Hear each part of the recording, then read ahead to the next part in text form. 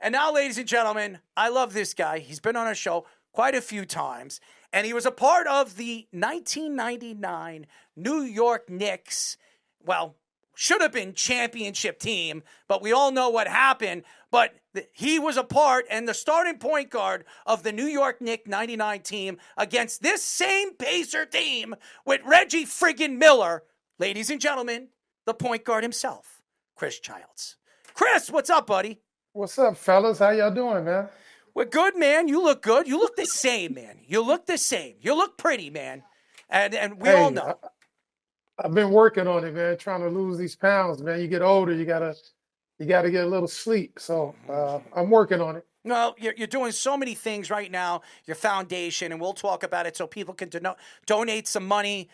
There's a lot of people out there that are looking or need some help, and Chris and his organization is doing that very thing, trying to help people and raise money to help people that are living on the street and need some help. So Chris is doing a lot of great things with his family. It's amazing, and like I said, we love when you come on the show because you stand for a New York Knicks team that hasn't been in this same opportunity since 1999. And I remember that team, Latrell Sprewell, Allen Houston, and all those guys. Marcus Camby, you had a tremendous amount of talent there, but obviously fell short against the San Antonio Spurs in a very short season against a team that had Tim Duncan and David Robinson.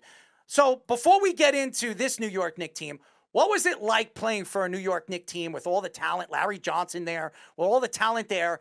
And what was it like playing in the finals against arguably the best power forward of all time in Tim Duncan? Okay, before I address that, let me send my condolences to JC. I heard you lost your father. I lost mine 13 years ago. And just remember the good times, brother. That will help you get through it. It's not going to, make it easy, but it'll be days where you start smiling when you think of the good times. So sending my condolences to you and your family. Yeah, you're very welcome. Getting to the basketball side, playing in New York is just something different. The energy is different. When you're driving down 7th Street to get to the Madison Square Garden, it's different. When you're talking to the media, it's different. So when I got the opportunity to come across the bridge from New Jersey, I was excited. I was ecstatic, watching Clyde, play, Willis Reed, seeing, all the fans in the Garden. I couldn't wait to put on their jersey. And once I got the opportunity to play against, some of the top guys in the league and have to guard the top guys in the league, it got my juices flowing. So I enjoyed it. We didn't get the job done in 99, but we had a better team in 97 when we got into the altercation with the Heat and the players got suspended. We had a better team, I think, because we beat the Bulls during the regular season 4-0.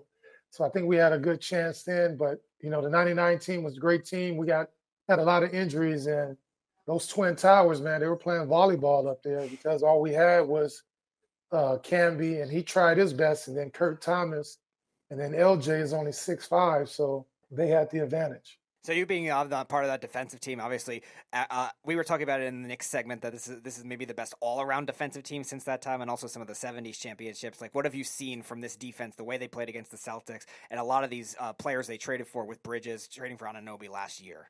You said that this Knicks team is the best defensive team? We were saying arguably like the best since your arguably. Oh yeah, of course like it's arguably, but they're strong in different positions. Bridges plays great D, but when you have a center back there and Robinson is starting to play a lot better, then you can gamble more and you can press up on defensively. But they took Boston out of their game the whole series, even though they were down 20.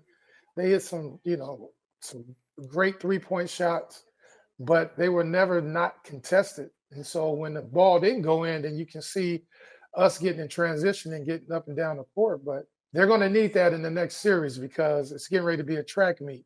Against Boston, we were playing football. Now we're getting ready to run track. You kind of touched on it a little bit because it's different in New York. And what do you think was the one thing that caught you off guard that maybe you didn't expect? Obviously, leave it. that caught you off guard more so, or like you weren't prepared for it? Because obviously, coming from the Mets to the Knicks, there's still a little bit of it, but it's different when it says New York. What was one thing that maybe not caught you off guard, but like surprised you in just the magnitude of what it was? Well, the expectations, not just from the team, but from the fans. I think I told this story a couple of times. When I came in, it was myself, Allen, and Larry Johnson signed at the same time. And so Allen was coming in to be, the focal point with Patrick. I was coming in to run the ball club. And so I think it might have been the fourth game of the season. I hit the game winning shot against, I think it was either the Warriors or Sacramento. The following week, we played the Bulls, and I missed the game winning shot. I didn't swing it to Allen. I shot it.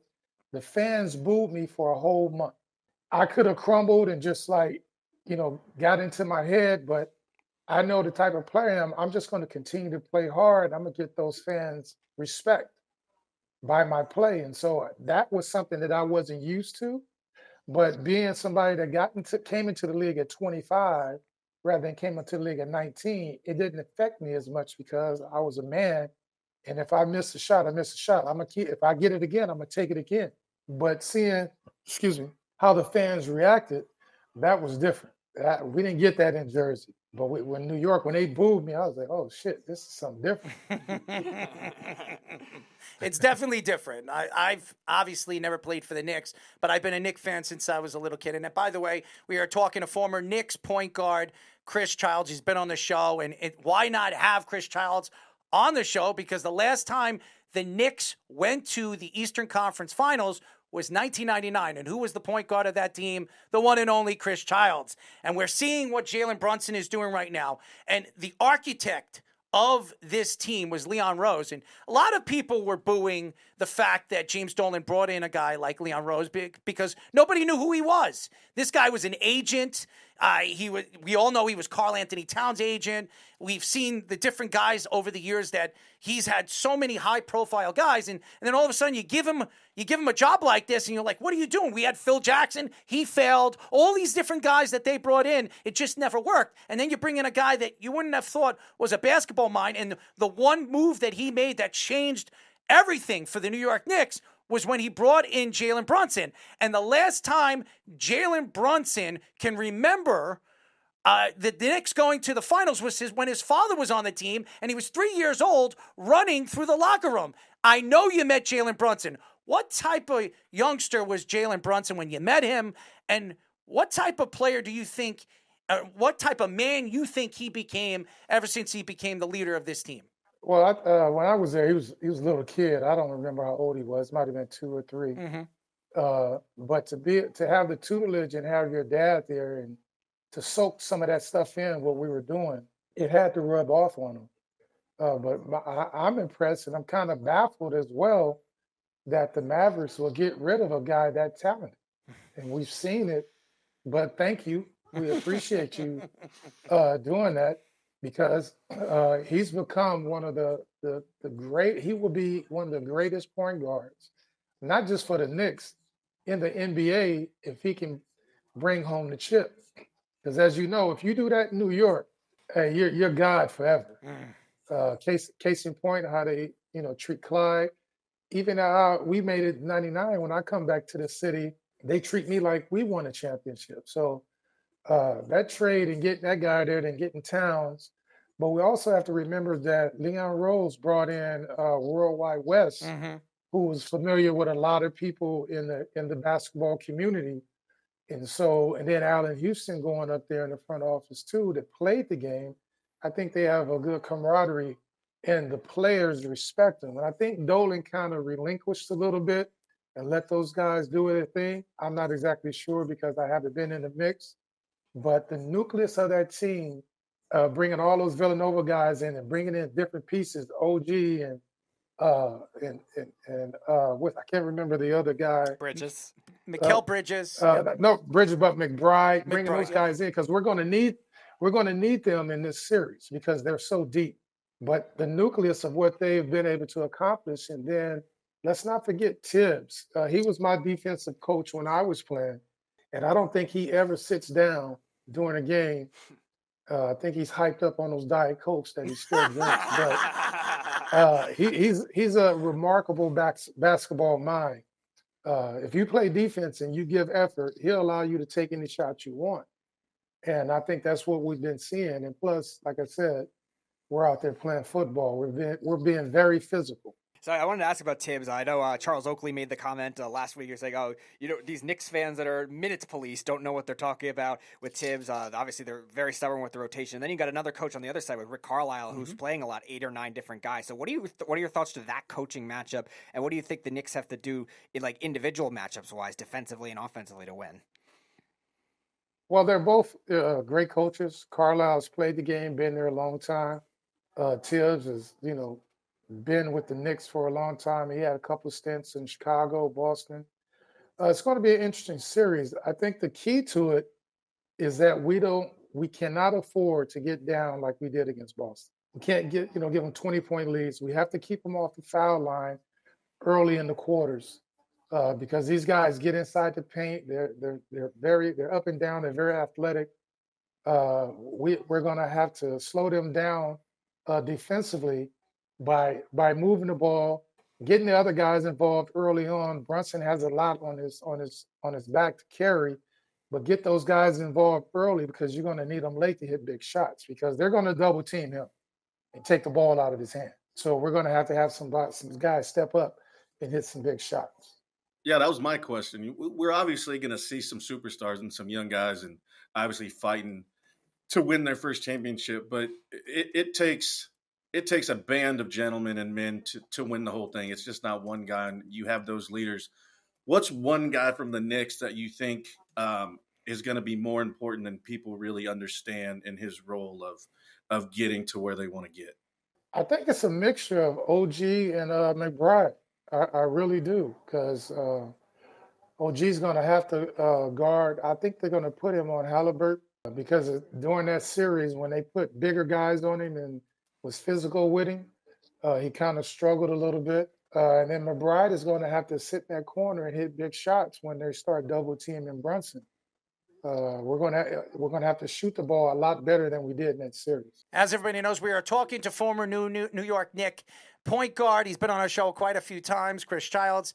Halliburton says a lot of things. He's been like this really since he's come into the league, when he played for Sacramento, when he was traded to the Pacers and become a superstar. He's been really one of the big young point guards in the Eastern Conference. And there's a lot of questions of who the best point guard in the Eastern Conference is. I think these two guys are arguably the two best ones and the two best leaders for both respectable teams. But Halliburton said something very interesting about the New York Knicks fans over the years. And he says, New York Knicks fans are fake and they're lame. And he says, I could care less about Madison Square Garden. We've seen this before. Trae Young said the same thing. As a matter of fact, Trae Young has mocked the New York Knicks fans just like Halliburton is. What type of player how do you get into Halliburton's mind where, as a fan or even as a player, where you throw him off his game? Well, I don't think you can throw a guy off his game. I don't think the fans have nothing to do with the performance on the court. I think our guys are going to have to just stay focused and not, bite into what's being said. We have a job to do. Well, our job is to come out and play the best basketball we can. We can't get into going back and forth with guys because it's better that he doesn't say anything. It's better our guys don't say anything because we don't. We just go out there and play. When I was playing, I remember I would eat a cup of onions. And so when I would guard a guy, I would blow in his face and he'd get tears in his eyes and I'd steal the ball. So maybe they can use that part of it to get under him. But he's a professional. He's a great young player. He's playing well for that team. We just have to be focused and ready and give it our best shot. So Karl-Anthony Towns' defense is something that's been up and down, kind of questioned throughout certain parts of the last series and even in the Pistons series too. And is that something that you think that Tom Thibodeau has to start changing up? Is that something that the guys have to support him more with those matchups, especially against the Pacers? You have Miles Turner and the size that they have with Toppin even off the bench. Like, how do you think it would approach that? He looked good in Game 6. Do you think it's something that should be addressed more? Well, I'm pretty sure that team is a lot like our team was, that we policed ourselves. We didn't need to go to the coach, or the coach didn't need to motivate a guy. It was either Patrick, myself, Larry. We would have meetings, and we would tell, hey Kurt, you need to do this, or you need to do this. We were a veteran team, so we didn't need our coach to police us and tell us what to do to get prepared. So I'm pretty sure Jalen is in his ear, because I've seen him talk to Cat during the game, during times in the game of, hey, let's get your head on, because he's going to be a key part. He has, Miles plays away from the basket. He shoots a lot of threes, but he also posts up a little bit too. And he can't, Cat can't get in foul trouble in this series because he's too important. At this point in the season, obviously we know it's a grind getting to this point. We go back and forth on it sometimes too, how important the coaching is at this point of the season. And obviously there's different parts of the season where it can be magnified and not. What do you think those two, like, how much is it? And you've obviously been there and seen it firsthand. And as you just touched on, at some point it just does become the players coaching themselves. But how much impact does a head coach right now have actually in the game? Well, the head coach's job is to prepare before the game. So he's preparing. He's giving guys their job that they have to do on the court to prepare. But once you get out there, Tibbs only coaches during timeouts, when he's calling plays, calling strategies. That's the only time. When he's out there on the court, you never see Brunson looking to Tibbs for a play to run. That comes from studying and knowing who you're playing against and knowing what works. If something works, stick with it. If it doesn't, then you go to plan B. But to answer your question, he's only coaching during timeouts. During the game, it's just let that flow. So he has to either call a timeout, call a different play, give those guys a breather, give them another assignment. Hey, we're going to double team this guy, or we're going to send him to the baseline. But that's the only time that Tibbs is really going to say anything. And the guys just have to be prepared. They have to study. They have to look over their matches, their playbooks. And the thing that changes in the playoffs is you have to be able to adjust on the fly. Whatever happened during the regular season, believe me, it's not going to happen during the playoffs. So you have to be able to adjust on the fly. And I think that's what they've done well leading up to this matchup with the Pacers.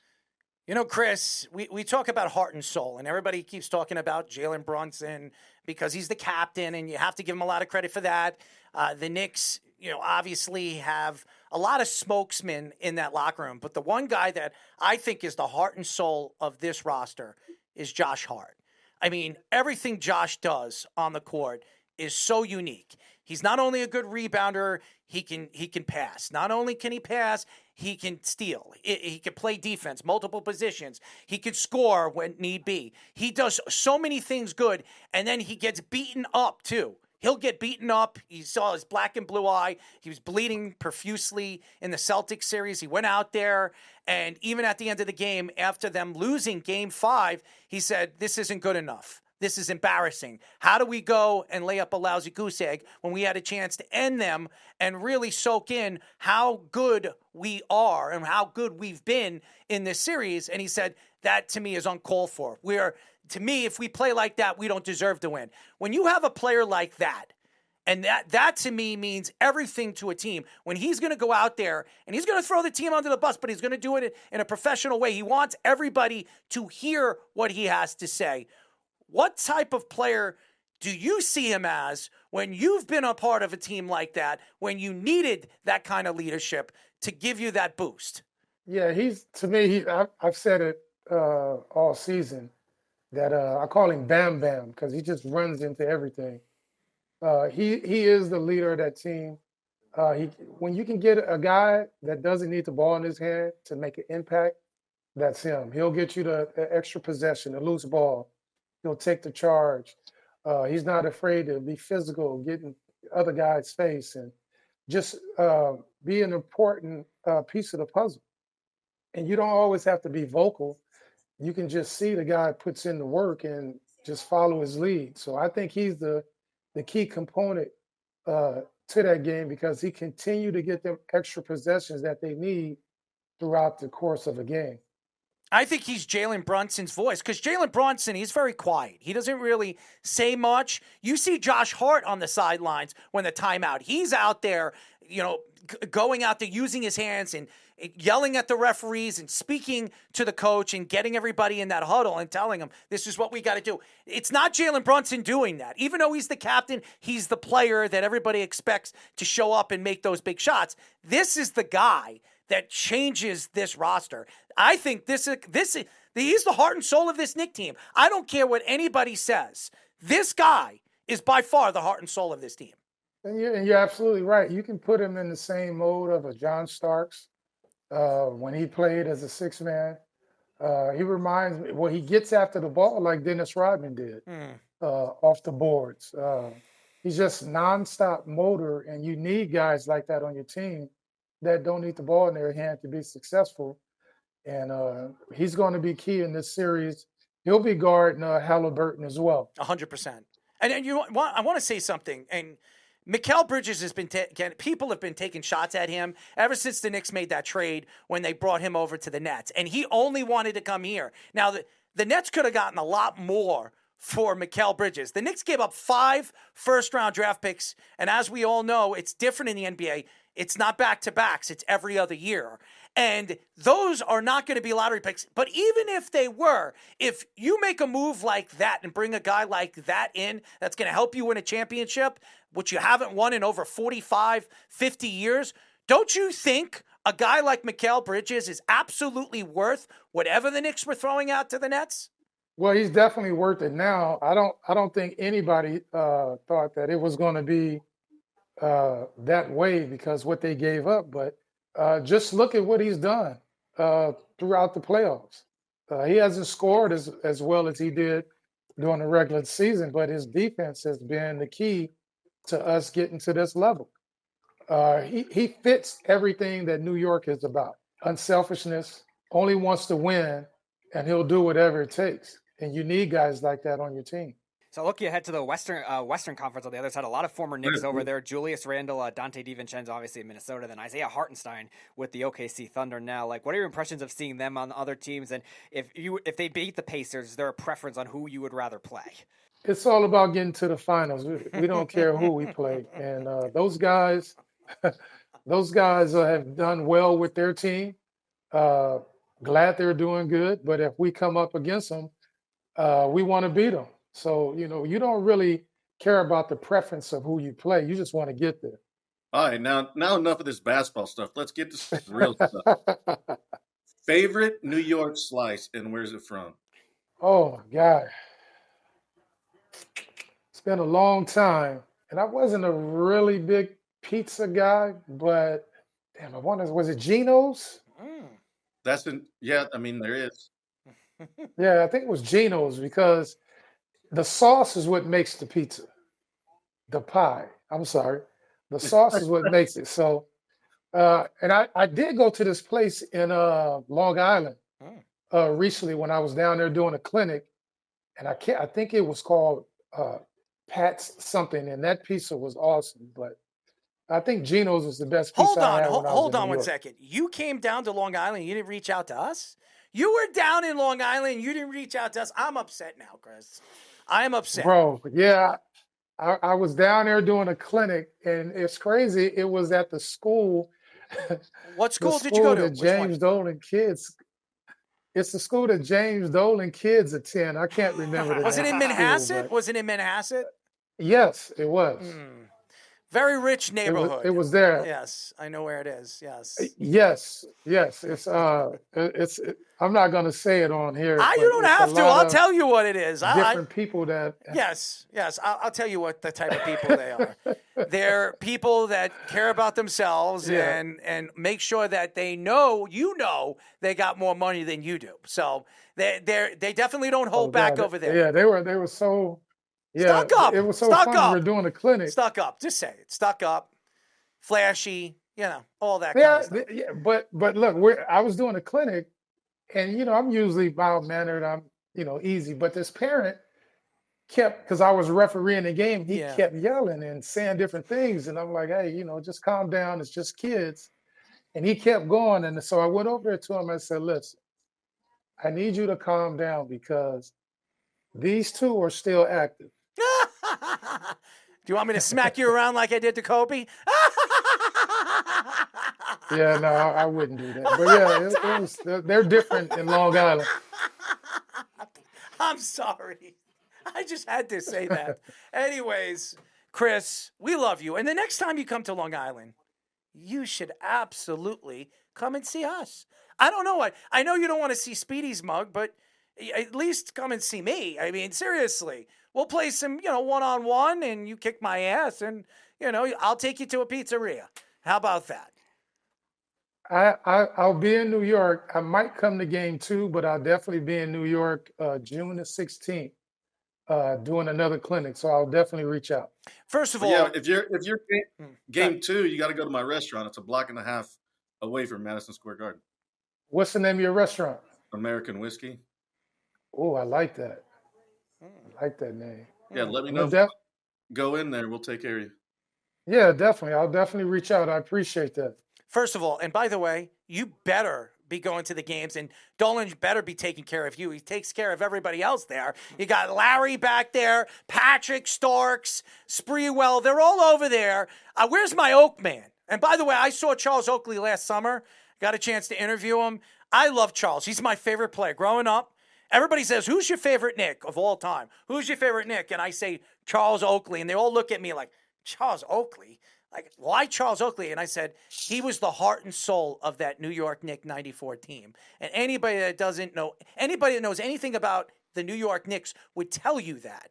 He was the gritty guy. He was the guy that would beat the hell out of you if you went up and smacked Patrick Ewing or tried to beat any one of those superstars. Him and Anthony Mason, I love both of them. They're special players in my heart.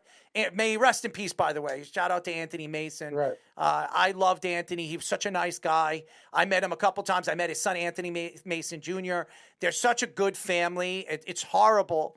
It's horrible to know what happened to Anthony and not realize all the Knicks fans not even really to know who he is. Some of these young fans don't even know who Anthony Mason is. So he was a special guy, special to any New York Knicks fan that was a Knicks fan of the 90s. But Chris, you obviously are one of my favorite guys. I'm so happy that you joined us. And please, ladies and gentlemen, we're going to post it up again. Go to Chris's PayPal. It doesn't matter if it's $10, $25, $50. Send him some money. He's raising donations right now, his foundation, to help people that are needy, that need money, obviously food, shelter, places to live. He's out there trying to help these people. Everybody. I mean, there are people out there that don't have jobs. They lose their jobs, lose their homes. They go into foreclosure. They need help. And that's what Chris is doing right now. I'm choking up because I had a conversation with Charles Oakley last year, and Oakley, he's a chef. He's into food and stuff like that. And he goes out to LA and he donates so much money to food, and he's raising money, cooking for people that live on the street that need help and don't have it. Charles is doing so many great things, and Chris, what you're doing is special. People need help, and the fact that you're out there trying to raise money. Oak and I are still good friends. We stay in contact. We were trying to put together something last year where we would come to New York and have a cook-off in front of at a park somewhere so fans could be a part of that. And the things I'm also doing down here is with kids, mentoring them and showing them a different way of life. I'm introducing them to golf, introducing them to poetry. I'm introducing them to politics. We take kids to DC if they're keeping their grades up to visit Congress and see different things, just getting them out of that tunnel vision of seeing just one thing in life. We have to give them something different to see, to touch, because you can tell them anything. But if you can present them and have them there to touch it, take them to a game, take kids they have the Jumbo Shrimp here, the baseball team. We take them to the baseball games. We're doing all these things because when I was coming up, I had a mother and a father. Okay, I had brothers and sisters that would take me to baseball practice, track practice, basketball, all these different things. And a lot of these kids grow up with one parent or no parent and aren't able to go do that. So it's up to us to help them realize that there's something else out there other than the streets and doing something bad. And that's why I do what I do, try to give back as much as possible. You're not going to affect everybody, but you just affect that one person. It goes a long way. Well, we really appreciate everything that you do, and I appreciate you for joining us. And again, I'm going to donate. Obviously, I do it every single year. And if the Knicks win a championship, I'd love for you to come on and come out. If you come out here and celebrate, I'll go. We'll meet you out there and celebrate the New York Knicks winning a championship, which Knicks fans have been craving for over, I don't know, 26. Oh, well, 26 years since the Knicks were there, but over 50 some odd years where the Knicks, the last time they won was 1973. So it's been a long, long time and a long, long wait. So I'm just excited to see what happens to the New York Knicks moving forward against the Pacers and hopefully either the Timberwolves or OKC Thunder. So thank you for joining us, Chris. You're fantastic, and keep up the good work. We'll talk to you soon, buddy. Absolutely, fellas. Pleasure, man. Good meeting you. Yeah, nice to meet you too. Appreciate your time. Definitely. I'll be in touch. If I come to the city, I'll reach out. Don't you forget us. Sure. Don't you forget us. Take care. Don't you forget us. No, I got you. How's your son? Got you, I promise. How's your son and Gary Payton? Gary Payton's, your wife, your daughter and Gary Payton's son. They're married, right? Oh my. Yeah. Gary Payton's daughter and my son Jesse just had his second child. He's coaching. Congratulations. He was coaching the Spurs G League team, and now he's in Chicago right now for the pre-draft camp training. Congratulations. It really is great. And it's great to argue basketball with Gary Payton, I'm sure, because we all know the glove likes to argue basketball. He just likes to argue, period. It doesn't matter. I'm sure he does. Chris, thank you, bud. Yeah, all the time. You're welcome, guys. Take care. Former New York Knicks point guard from the 1999 championship running New York Knicks, the one and only Chris Childs. They fell short against the Spurs, but great personality. Does so many great things right now. And if you're a Knicks fan, you have to like Chris Childs because he was the enforcer of that Knicks team in '99. I think people forget. I mean, when he was traded to the Knicks, people forget Kobe Bryant couldn't stand Chris Childs. Couldn't stand him. If you ask Kobe, and Kobe may rest in peace, Kobe would probably take Chris Childs out of the three players that he has fought against, over the years that really stood out to me. Chris Childs was probably the worst because what Chris Childs did to Kobe Bryant was smack the you-know-what out of Kobe Bryant. I think he said Tony Allen was number one, but I don't think he gave a top three, but I definitely could believe that. It's true. I remember it, and you can go back and watch the video. He did. And Kobe... Wasn't it was it 2000? I don't remember when it was, but it was early. It was, I think it was 2001 or 2002. I don't know the date, but we actually played the video when Chris Childs was on the last time, and he did. He threw a couple at Kobe Bryant, and Kobe didn't have any answers to it. So he told us the story. He told us the story the first time he was on our show 2 years ago, and then he told us the story last year with Tim Hardaway, shortly before we had Tim Hardaway on the show. It's their beef. It's fun, and Chris is a great person. He really is. He does so many good things, not only for people that are in need, but he's a good family man. And anybody that knows Chris Childs, and he's been on our show quite a few times, he's been through so many different things in his past after his NBA career. And the fact that he is kicking and doing the things that he's doing still, it's an incredible story. And I love Chris. So I know he's a busy guy, and he should be going to every single Knicks game over there at Madison Square Garden against the Pacers, because the last time the Knicks went to an Eastern Conference Finals is when they beat the Indiana Pacers. And guess who's going to be doing the play-by-play for TNT over there in Madison Square Garden? The one and only Reggie Miller. Yep. So who's not going to like that, guys? It's going to be fun. And if you're a Knicks fan, nobody's going to say that it's not something to ever watch. It's going to be something to watch. It's the series to watch out of both these series.